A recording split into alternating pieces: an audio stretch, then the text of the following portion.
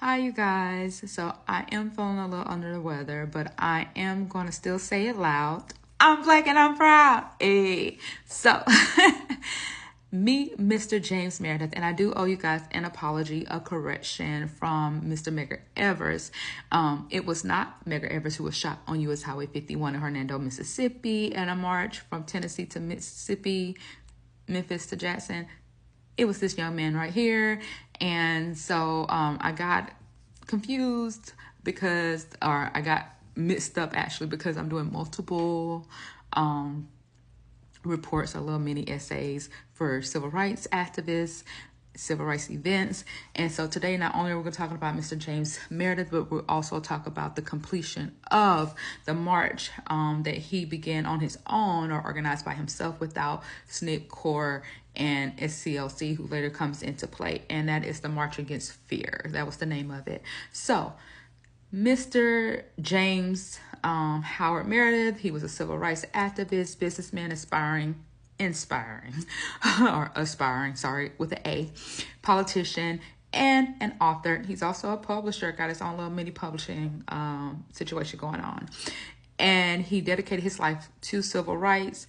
Now, Mr. Howard was born June 25th, 1933 in Kosciuszko, Mississippi, raised on a farm in Atala County. And for high school, he moved down to Florida, St. Petersburg area to stay with his aunt to complete high school. He went to Gibbs High. In 1951, he joined the U.S. Air Force and served a 3-year tour in Japan. He returned to Mississippi and attended Jackson State College, JSU now, the I love. She is enrolled. Hopefully I finish my doctorate soon. Don't judge me. Anyways, after he finished, Jackson State College, 1960 to 1961. In 1961, January of 1961 to be exact, he applied at University of Mississippi, which we call Ole Miss if you're from Mississippi, and he was denied twice. Now, the state did take several measures to prevent him from graduating, and in from attending, not graduating yet. February 1961, the university sent Meredith a telegram denying his admissions, and so this led him to file a suit using the NAACP's legal defense fund. After a court battle, the Supreme Court ruled on September 10, 1962, that Meredith was able or should be admitted to the university. Now, Ross Barnett, little evil stuff, he wasn't having it. The governor. And you know what I'm talking about if you watch The Walking Dead. Okay? Shout out to Michonne.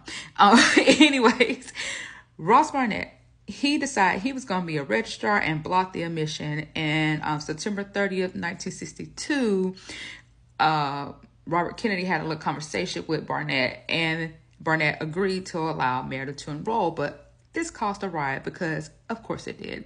And so U.S. Marshals came to protect Meredith on campus. Now, here's a photo of Mr. Meredith surrounded on left and right and behind him by marshals. So Meredith stated that he was the most segregated Negro in the country because he had required 24-hour protection from the marshals, and this lasted for more than a year.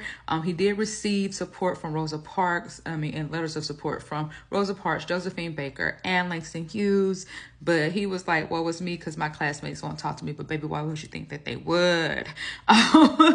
So he did graduate with a bachelor's degree in 1960, and then eventually he goes to Columbia Law School about 5 years later. We'll get into that part, or maybe I'll skip it since I said it. Now, let's get to this March Against Fear in June 1966. So it must have started June 4th because it stated that 2 days, and it being the Mississippi Encyclopedia.org. Shout out to them because they gave a lot more tea than any other website, including Stanford University, child. But yeah, so 2 days into the march, old dude, he is going about his business, and some dude just come out the bushes. His name was Aubrey James Novell, a white dude, in his 40, Klansman, of course.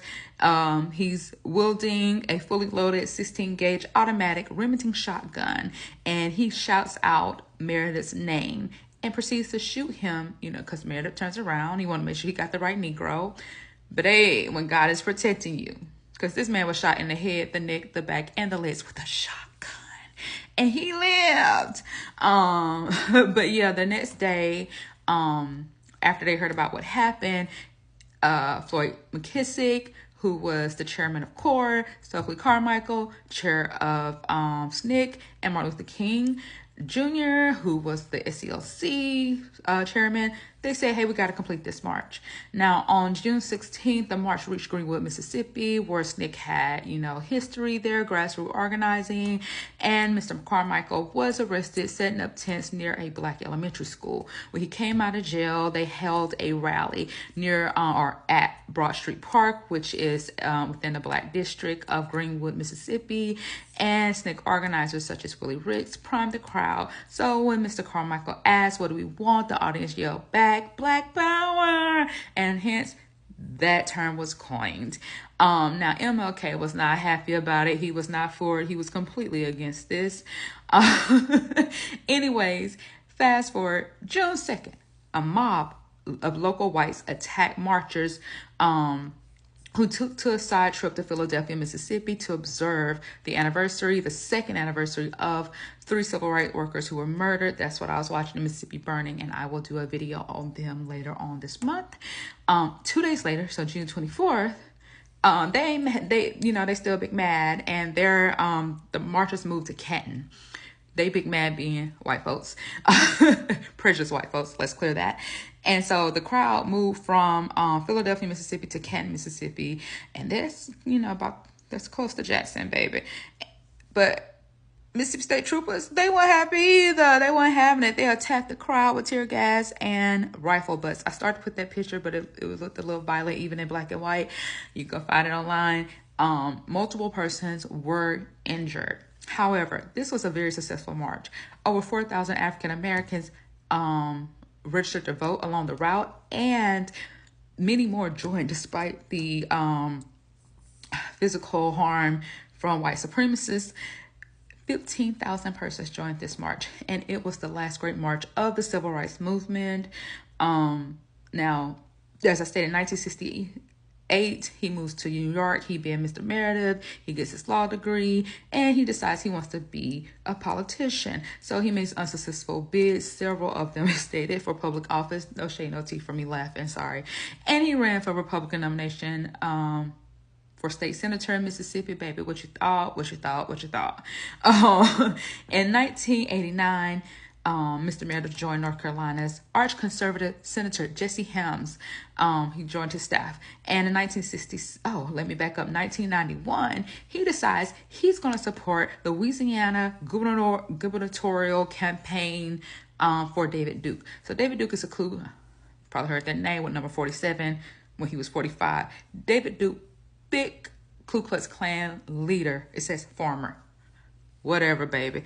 And Mr. Meredith said he liked his races up front and center. He did not care that this man would unalive him if he could. Him being shot up there, that ain't matter to him, Mr. Meredith, because he said Duke aligned with his current beliefs that family values should be restored, and the elimination of affirmative action and other liberal social programs to save the country from ruin. Baby, Mr. Meredith's still alive, and I think he voted for Trump. I mean, by this statement, unless God changed his heart. But let's get to, like I stated, he's alive. Here's a picture. That is a 2007 version. That's the one I could find, and I didn't care to look for no more because, baby, no. He now is an author, wrote his own autobiography, and he has his own publishing where he publishes small booklets to educate Black families on subjects like money, education, and politics. Kind of funny, baby. Why you care if they Black families? You support David Duke. Help all the poor folks, okay? feel a little Uncle Tomish in your later years. But that is Mr. Meredith. He did do a lot for the community. I was proud of the younger version of him, and I hope he has great days.